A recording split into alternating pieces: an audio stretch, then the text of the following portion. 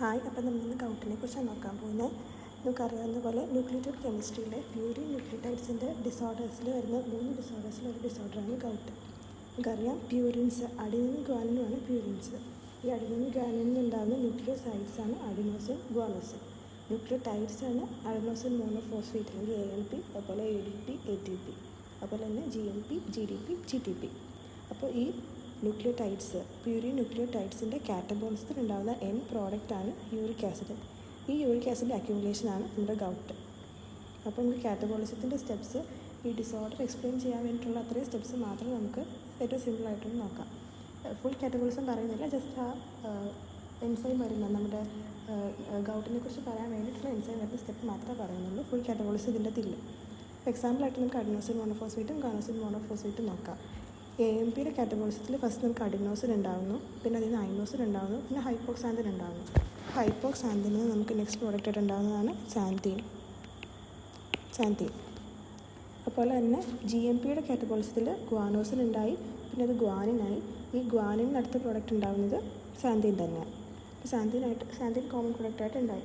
ഈ സാന്തീനിൽ നിന്ന് അടുത്തുണ്ടാകുന്ന ഫൈനൽ പ്രോഡക്റ്റാണ് യൂറിക് ആസിഡ്. അപ്പോൾ യൂറിക് ആസിഡാണ് product of purine nucleotide catabolism.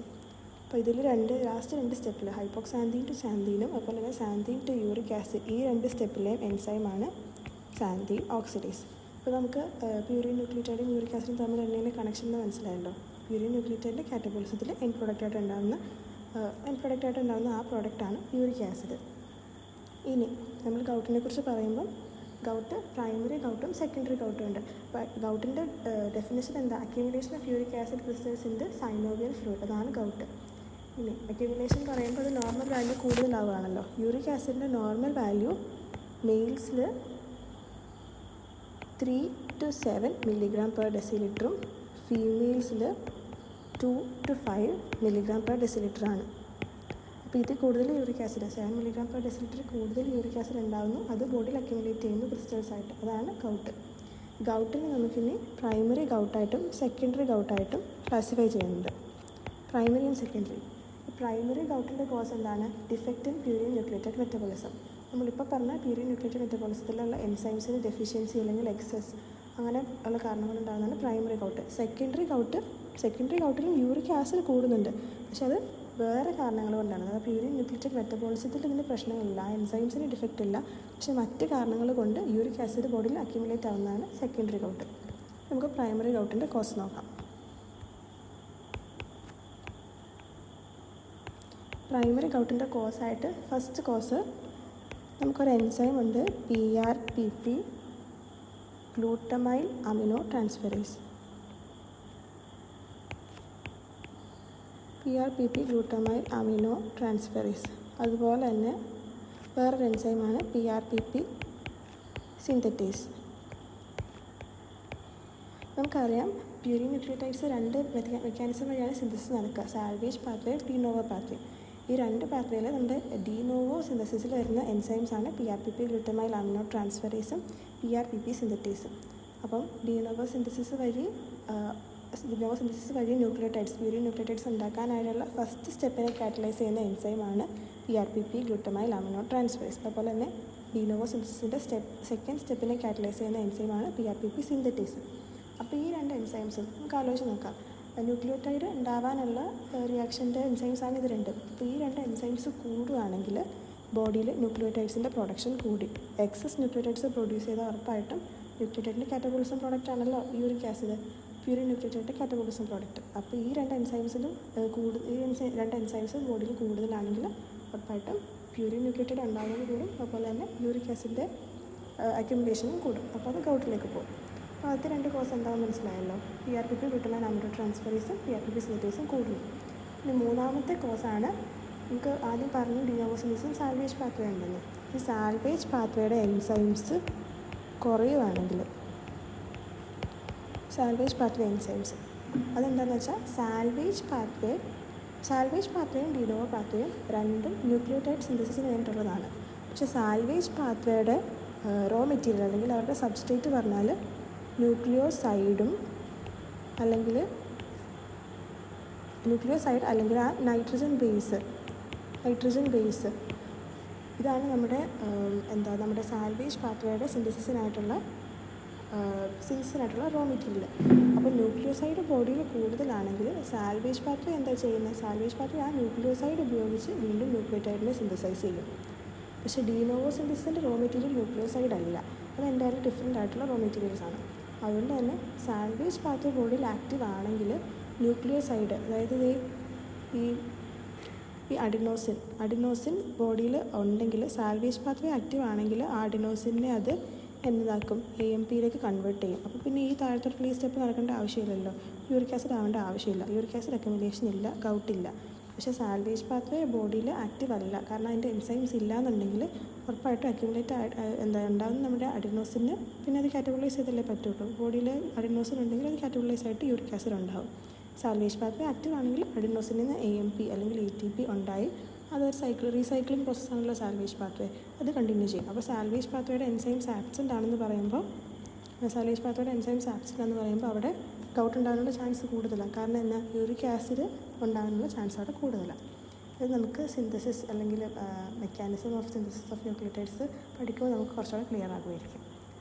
ഈ സാൽവേജ് പാത്വേ എൻസൈംസ് എന്ന് പറയുമ്പോൾ മെയിൻലി നമ്മൾ ഉദ്ദേശിക്കുന്ന HGPRTAസിനെയാണ്. അപ്പോൾ HGPRTAസ് കുറയുകയാണെങ്കിൽ പ്രൈമറി ഗൗട്ട് ഉണ്ടാകാനായിട്ട് ചാൻസ് ഉണ്ട്. പിന്നെ ലാസ്റ്റ് കാരണമാണ് decrease in glucose 6 phosphatase. Glucose 6 phosphatase എന്തിനുള്ള എൻസൈമാണ് നമുക്കറിയാം. ഗ്ലൂക്കോസ് 6 ഫോസ്ഫേറ്റ് ടു ഗ്ലൂക്കോസിനുള്ള എൻസൈമാണ് ഗ്ലൂക്കോസ് 6 ഫോസ്ഫേറ്റേസ്. അപ്പോൾ ഈ എൻസൈം ആക്റ്റീവ് ഈ എൻസൈം ഇല്ലെങ്കിൽ നമ്മുടെ ഈ റിയാക്ഷൻ നടക്കത്തില്ല. അപ്പോൾ ഗ്ലൂക്കോസ് 6 ഫോസ്ഫേറ്റ് വേറെ പാത്തിലേക്ക് പോകും. വേറെ പാത്വേ ഏതാണ്? ഷണ്ട് പാത്വേ, HMP ഷണ്ടിലേക്ക് പോകും. HMP ഷണ്ടിലേക്ക് പോയാൽ അവിടെ എന്താ ഉണ്ടാവുക? റൈബോസ് 5 ഫോസ്ഫേറ്റ്, പെൻറ്റോസ് ഷുഗർ അല്ലേ ഉണ്ടാകുന്നത്. പെൻറ്റോസ് ഷുഗർ നമ്മുടെ ന്യൂക്ലിയോടൈഡ് സിന്തസിസിനുള്ള റോ മെറ്റീരിയൽ ആണല്ലോ, സബ്സ്ട്രേറ്റ് ആണല്ലോ. അപ്പോൾ കൂടുതൽ ന്യൂക്ലിയോടൈഡ്സ് ഉണ്ടാകുന്നു. കൂടുതൽ ന്യൂക്ലിയോടൈഡ് ഉണ്ടാകുകയാണെങ്കിൽ യൂറിക് ആസിഡിൻ്റെ പ്രൊഡക്ഷനും കൂടുകയല്ലേ ചെയ്യുന്നത്, കൂടുതൽ യൂറിക് ആസിഡ് ഉണ്ടാകും. അപ്പോൾ അത് ഗൗട്ടിനൊരു കോസാകും. അപ്പോൾ നമ്മുടെ പ്രൈമറി ഗൗട്ടിന് 4 കോസാണുള്ളത്. First, increased PRPP glutamyl amido transferase enzyme. Second one, increased PRPP synthase enzyme. Third one, decrease in the salvage pathway enzyme, namely HGPRTase enzyme. And the fourth one, decrease glucose 6 phosphatase enzyme. ഇത്രയാണ് നമ്മുടെ primary ഗൗട്ടിൻ്റെ cos. ഈ secondary ഗൗട്ടിൻ്റെ cos പറയുമ്പോൾ secondary gout എന്താ, ഈ metabolism അല്ലെങ്കിൽ nucleotide മെറ്റബോളിസത്തിന് അതിന് ഭാഗമില്ല. Nucleotide മെറ്റബോളിസത്തിൽ defect ഉണ്ടായിട്ടല്ല, മറ്റു കാരണം കൊണ്ട് യൂറിക് ആസിഡ് എന്തുകൊണ്ടോ ബോഡിയിൽ അക്യുമുലേറ്റ് ആവുന്നു. അതിനെന്തായിരിക്കും കാരണം? 2 കാരണമുള്ളത്. സെക്കൻഡറി ഗൗട്ടിന് 2 കാരണമുള്ളത്. ഒന്നെങ്കിൽ ഇൻക്രീസ്ഡ് പ്രൊഡക്ഷൻ, ഇല്ലെങ്കിൽ നോർമൽ ലെവലിലാണ് പ്രൊഡ്യൂസ് ചെയ്യുന്നത്, എന്നാലും അക്യുമുലേഷൻ വരാം. എപ്പോഴാണ്? എക്സ്ക്രീഷൻ കുറയുമ്പോൾ, ഡിക്രീസ്ഡ് എക്സ്ക്രീഷൻ. ഇൻക്രീസ്ഡ് പ്രൊഡക്ഷനിൽ 3 കാരണങ്ങൾ. ഒന്നെങ്കിൽ വല്ല ട്യൂമേഴ്സ് ഉണ്ടാവുക, അല്ലെങ്കിൽ second therapy, radio chemotherapy. Third one trauma, starvation. ആ കോസുകളിലും നമുക്ക് യൂറിക് ആസിഡിൻ്റെ പ്രൊഡക്ഷൻ കൂടും. അപ്പോൾ തന്നെ നമുക്ക് ഗൗട്ട് ഉണ്ടാകും. സെക്കൻഡറി കോസ് ഓഫ് ഗൗട്ടാണ്. ഇനി ഡിക്രീസ്ഡ് എക്സ്ക്രീഷൻ പറയുമ്പോൾ ആദ്യമായിട്ട് നമ്മൾ എക്സ്ക്രീഷനിൽ നമുക്ക് കിഡ്നി ആണല്ലോ വേണ്ടത്. ഒരു റീനൽ ഫെയിലിയർ ഉണ്ടെങ്കിൽ നമുക്കറിയാം ഡിക്രീസ്ഡ് എക്സ്ക്രീഷൻ ഉണ്ടാവും, ഗൗട്ട് ഉണ്ടാവും. പിന്നെ ഉള്ളത് തൈയസൈഡ് ഡയൂററ്റിക്സ് ആണ്. തൈയസൈഡ് ഡയൂററ്റിക്സ് എന്താ ചെയ്യുക? നമ്മുടെ ഡിസ്റ്റൽ കൺവെർട്ടർ ട്യൂബ്യൂളിൽ യൂറിക് ആസിഡിൻ്റെ സെക്രീഷൻ അത് തടയും. അപ്പോൾ യൂറിക് ആസിഡ് സെക്രീറ്റ് ആവില്ല, അത് യൂറിനിലൂടെ എക്സ്ക്രീറ്റ് ആയിട്ട് പോകുന്നില്ല. അപ്പോൾ ബോഡിയിൽ അത് അക്യുമുലേറ്റ് ചെയ്യുമല്ലോ. അങ്ങനെയാണ് തൈയസൈഡ് ഡയൂററ്റിക് ഡ്രഗ്സ് വർക്ക് ചെയ്യുക. പിന്നെ തേർഡ് വൺ അസിഡോസിസ് ആണ്. നമുക്കറിയാവുന്ന അസിഡോസിസ് തന്നെ, ലാക്റ്റിക് അസിഡോസിസ് അറിയാം, കീറ്റോസിഡോസിസ് അറിയാം. അസിഡോസിസ് കണ്ടീഷനിൽ ഇതേപോലെ തന്നെ തൈയസൈഡ് ചെയ്ത പോലെ തന്നെ അത് നമ്മുടെ ട്യൂബുലർ സെക്രീഷനെ പ്രിവെൻറ്റ് ചെയ്യും. അപ്പോൾ യൂറിക് ആസിഡ് എക്സ്ക്രീറ്റ് ആവത്തില്ല. അപ്പോൾ സെക്കൻഡറി ഗൗട്ടിനുള്ള cause increase production, decreased excretion. Increase പ്രൊഡക്ഷന് ഒന്നുകിൽ ട്യൂമർ, പിന്നെ തെറാപ്പി, റേഡിയോതെറാപ്പി, കീമോതെറാപ്പി, പിന്നെ ട്രോമ അല്ലെങ്കിൽ സ്റ്റാർവേഷൻ കോസ് കൊണ്ടുവരും. പിന്നെ ഡിക്രീസ്ഡ് എക്സ്ക്രീഷൻ ഉണ്ടാവുക ഒന്നെങ്കിൽ റീനൽ ഫെയിലിയർ, അല്ലെങ്കിൽ തൈയസൈഡ് ഡ്രഗ്സ്, അതല്ലെങ്കിൽ അസിഡോസിസ്, ലാക്റ്റിക് അസിഡോസിസ്, കീറ്റോസിഡോസിസ്. അതിൽ അസിഡോസിസ് എന്നുള്ള പോയിന്റിനും തൈയസൈഡ് ഡയറക്റ്റിക്സിനും ഓരോ കോസാണ് നമ്മുടെ ട്യൂബുലർ സെക്രീഷൻ കുറയ്ക്കുന്നത്. ഇനി ക്ലിനിക്കൽ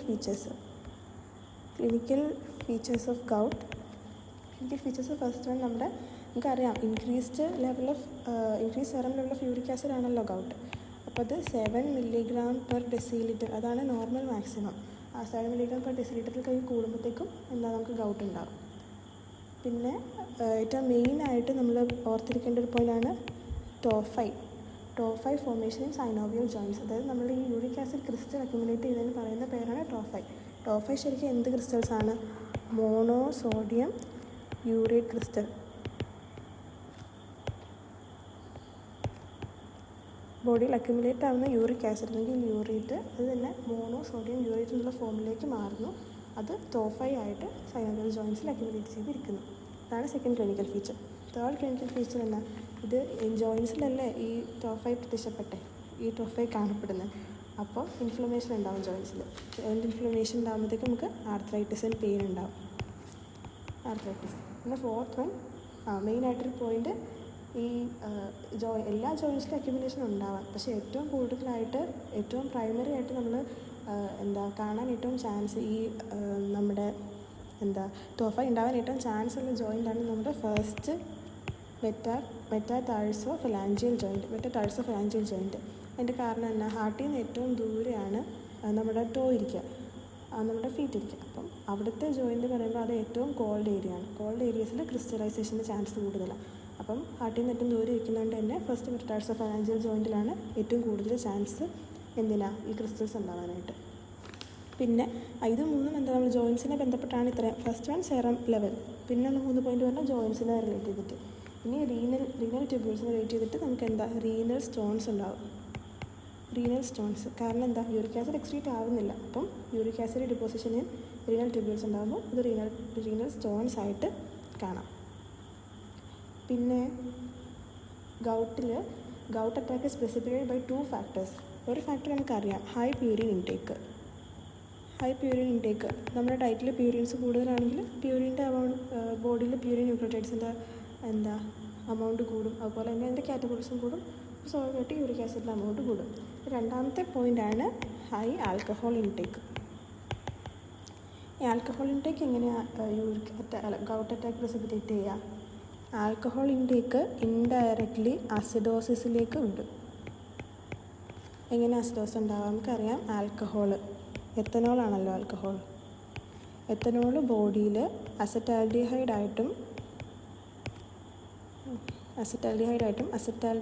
അസറ്റേറ്റ് അല്ലെങ്കിൽ അസറ്റിക് ആസിഡായിട്ടും മാറും. ഈ 3 സ്റ്റെപ്സ് ഈ എത്തനോൾ ടു അസറ്റാൽഡിഹൈഡ് ഓക്സിഡേഷൻ അല്ലേ? അസറ്റാൽഡിഹൈഡ് ടു അസിഡേറ്റ് അത് ഓക്സിഡേഷൻ അല്ലേ? ഈ ഓക്സിഡേഷൻ നടക്കുമ്പോൾ അതിൻ്റെ കൂടെ തന്നെ ഒരു റിഡക്ഷൻ നടക്കുന്നുണ്ട്. നമ്മുടെ NAD+ NADH ആയിട്ട് മാറുന്നുണ്ട് ആണല്ലോ. അപ്പോൾ NAD+ NADH ആയിട്ട് മാറുമെന്ന് പറയുമ്പോഴത്തേക്കും അതൊരു റിഡക്ഷനാണ്. ഈ റിഡക്ഷൻ സംഭവിക്കുമ്പോൾ NADHൻ്റെ ലെവൽ നമ്മുടെ ബോഡിയിൽ കൂടി. നമുക്കറിയാം പൈറുവേറ്റ് ലാക്റ്റേറ്റ് ഈ റിയാക്ഷനിൽ NADH യൂട്ടിലൈസ് ചെയ്യുന്ന റിയാക്ഷനായത്. NADH is converted to NAD+ ഈ റിയാക്ഷനിൽ. അപ്പോൾ NADHൻ്റെ ലെവൽ ബോഡിയിൽ കൂടുതലാണെങ്കിൽ പൈറുവേറ്റ് ലാക്റ്റേറ്റ് ഇത് ശരിക്കും ബൈ ഡയറക്ഷനിലാണ് ഈ റിയാക്ഷൻ. പക്ഷേ NADHൻ്റെ അമൗണ്ട് ബോഡിയിൽ കൂടുതലാണെങ്കിൽ പൈറുവേറ്റ് ലാക്റ്റേറ്റ് ഈ കൺവേർഷനല്ലേ കൂടാൻ ചാൻസ് ആണല്ലോ. അപ്പം ഈ റിയാക്ഷൻ കൂടാൻ ചാൻസ് ഉണ്ടല്ലോ പൈറുവേറ്റ് ലാക്റ്റേറ്റ്. അപ്പം നമ്മുടെ ബോഡിയിൽ എത്തനോളിൻ്റെ പ്രസൻസ് ഉണ്ടെങ്കിൽ എത്തനോളിനെ ബോഡി സ്വയം അസറ്റാൽഡിഹൈഡായിട്ട് ഓക്സിഡൈസ് ചെയ്തു. അസറ്റാൽഡിഹൈഡ് അസിറ്റേറ്റായിട്ട് ഓക്സിഡൈസ് ചെയ്യപ്പെട്ടു. ഈ 2 ഓക്സിഡേഷൻ റിയാക്ഷനിൽ ഒരേപോലെ തന്നെ NADH ഉണ്ടാകുന്നുണ്ട്. NADHൻ്റെ അമൗണ്ട് കൂടുമ്പോഴത്തേക്കും ബോഡിയിൽ പൈറുവേറ്റ് ലാക്റ്റേറ്റ് എന്നുള്ള റിയാക്ഷന് NADH ഒരു ഫേവറിങ് സബ്സ്റ്റൻസ് ആണ്. അപ്പോൾ NADHൻ്റെ അമൗണ്ട് കൂടുതലാണെങ്കിൽ പൈറുവേറ്റ് ലാക്റ്റേറ്റ് എന്നുള്ള റിയാക്ഷൻ കൂടും. അപ്പോൾ ലാക്റ്റേറ്റ് ബോഡിയിൽ കൂടുതലാണെങ്കിൽ ഏത് അസിഡോസിസാണ്? ലാക്റ്റിക് അസിഡോസിസ് ഉണ്ടാവുമല്ലോ. അസിഡോസിസ് ഗൗട്ടിൻ്റെ ഒരു സെക്കൻഡറി ഗൗട്ടിൻ്റെ ഒരു കോസാണല്ലോ. അപ്പം lactic acidosis, alcohol intake leads to lactic acidosis which in turn will lead to gout. അപ്പം ഗൗട്ട് പ്രസിപ്പിറ്റേറ്റ് ചെയ്യാനായിട്ട് 2 കാരണം: 1 increase purine intake, 2 increased alcohol intake. ഇനി നമുക്കുള്ളത് ഡയഗ്നോസിസാണ്. ഡയഗ്നോസിസിൽ പ്രത്യേകിച്ച് വേറൊന്നുമില്ല. 1 നമ്മുടെ സെറം ലെവൽ നോക്കുന്നു, യൂറിക് ആസിഡിൻ്റെ ലെവൽ അത് ഗ്രേറ്റർ ദാൻ 7 mg/dL നമ്മൾ ആദ്യം പറഞ്ഞ പോലെ തന്നെ. പിന്നെ രണ്ടാമത്തേത് ഈ മോണോസോഡിയം യൂറേറ്റ് ക്രിസ്റ്റൽസ്. ഈ മോണോസോഡിയം യൂറേറ്റ് ക്രിസ്റ്റൽസിന് ലൈറ്റ് ബീമിനെ സ്പ്ലിറ്റ് ചെയ്യാനായിട്ടുള്ളൊരു എബിലിറ്റി ഉണ്ട്. അതിന് നമ്മൾ പറയുന്നതാണ് ബയോറെഫ്രിജറൻസ്. ബയോറെഫ്രിജറൻസ് ഉള്ള നീഡിൽ ഷേപ്ഡ് ക്രിസ്റ്റൽസ് ആയിട്ടാണ് മോണോസോഡിയം യൂറേറ്റ് ക്രിസ്റ്റൽസ് കാണുന്നത്. അപ്പോൾ ഈ മോണോസോഡിയം യൂറേറ്റ് ക്രിസ്റ്റൽസിൻ്റെ പ്രസൻസും പിന്നെ serum uric acid level > 7 mg/dL ഇത്രയാണ് നമ്മൾ ഡയഗ്നോസിസിനായിട്ട് യൂസ് ചെയ്യുന്ന പോയിൻറ്റ്സ്. ഇനിയുള്ളത് ട്രീറ്റ്മെൻറ്റാണ്.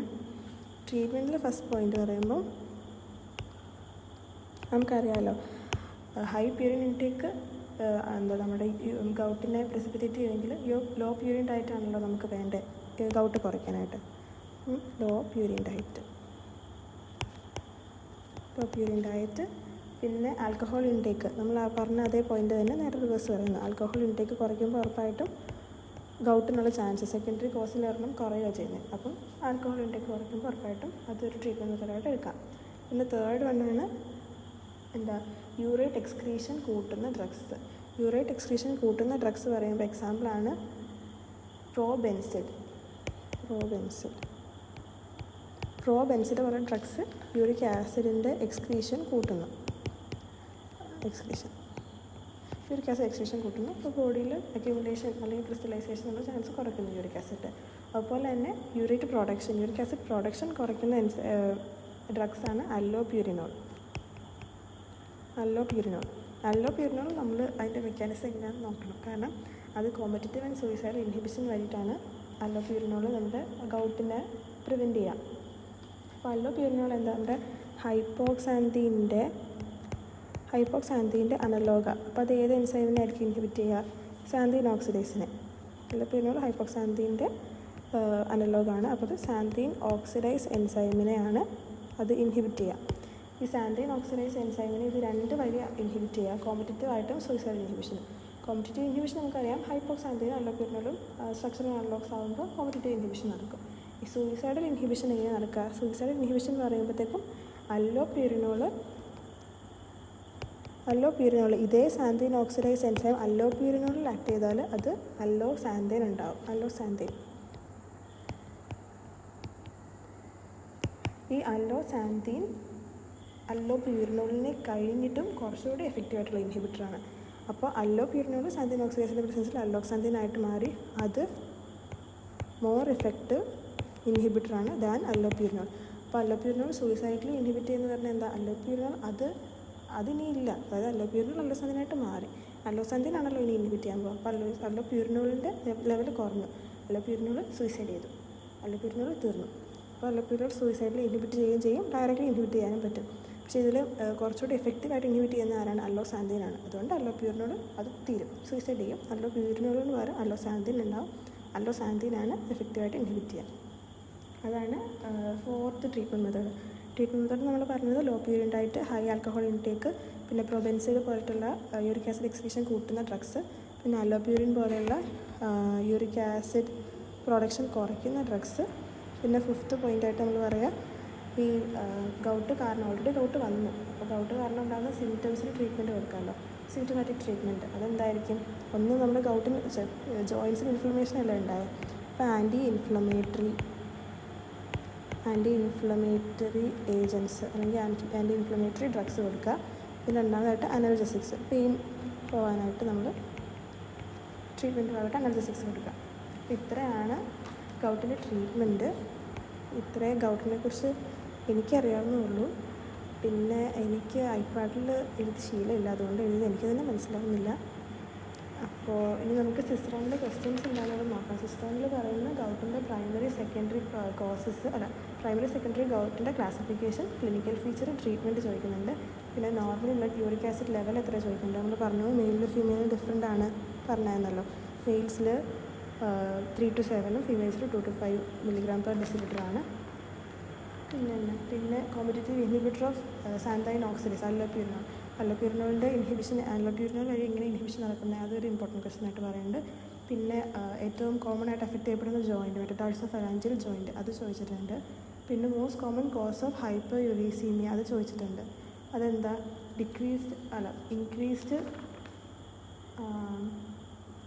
Decreased excretion of uric acid ആണ് ഏറ്റവും common cause of hyper uricaemia പറയുന്നത്. അതായത് decrease excretion of uric acid. അതിന് കാരണം ഇത് നമ്മൾ പഠിച്ച 3 കാരണം പറഞ്ഞു. റിയൽ ഫെയിലിയർ, തയസൈഡ് ഡയററ്റിക്സ്, ആസിഡോസിസ്.